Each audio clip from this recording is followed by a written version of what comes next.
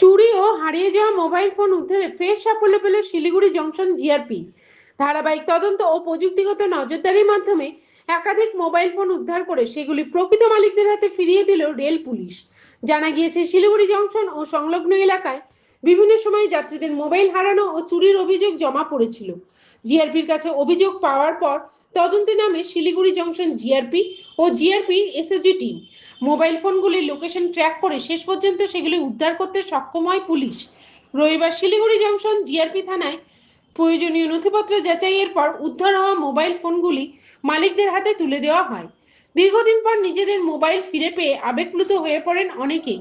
Rail পুলিশের দ্রুত পদক্ষেপ ও তৎপরতায় ভূয়সী প্রশংসা করেছেন মোবাইলের প্রকৃত মালিকেরা। জিআরপি কর্তৃপক্ষ জানিয়েছে, যাত্রীদের নিরাপত্তা ও হারিয়ে যাওয়া সামগ্রী উদ্ধারে ভবিষ্যতে বিশেষ অভিযান চলবে। পাশাপাশি ট্রেন যাত্রীদের আরও সতর্ক থাকার আবেদন জানানো হয়েছে পুলিশের তরফে।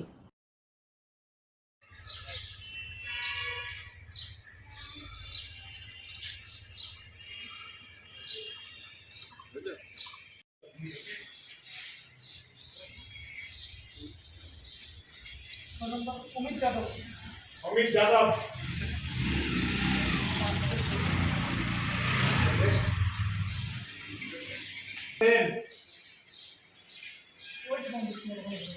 कोई मोबाइल लेने के जा रहा है कोई